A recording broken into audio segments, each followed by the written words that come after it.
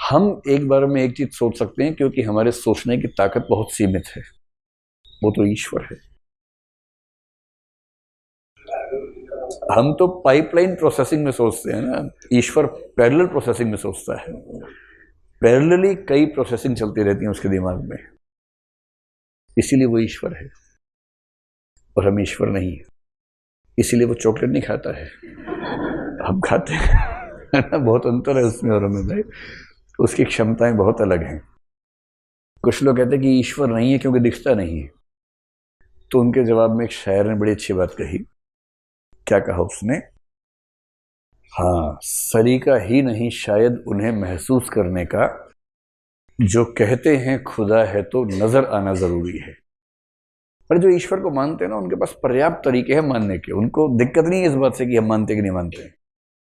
तो ईश्वर है तो अच्छा, ईश्वर है नहीं है इस पर एक प्रसंग ये भी है, सोच के देखिए बात सही है या नहीं है। सही है या नहीं तो किसी को पता नहीं, मतलब हो सकती है या नहीं ये सोचना है। मतलब मैं उन मूर्खों को केंद्र में रख के बोल रहा हूं जो कहते हैं कि ईश्वर नजर नहीं आता इसलिए ईश्वर नहीं है। ईश्वर को नहीं मानना हो तो उसके अच्छे तर्क हैं। ये बेहुदा तर्क देना कि ईश्वर होता तो नजर आता, ये बहुत बेहुदा तर्क है।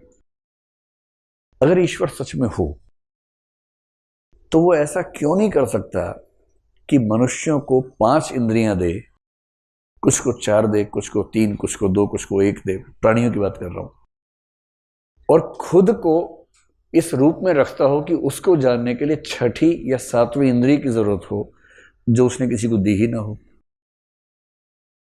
यूं समझें कि आपने एक खिलौना बनाया, एक रोबोट बनाया, और आप चाहते कि रोबोट आपको देख ना सके। आपने रोबोट को देखने की क्षमता नहीं दी, सुनने की दी, टच करने की दी, सब क्षमताएं दे दी, उसके अंदर सेंसर्स लगा दिए, लेकिन देखने की क्षमता उसको आंखें, नकली आंखें नहीं दी। और एक दिन वो रोबोट बहुत विकसित होने के बाद कहे, यदि मुझे बनाने वाला होता तो फिर मुझे सुनाई देता, टच होता। और आप मुस्कुरा रहे हैं।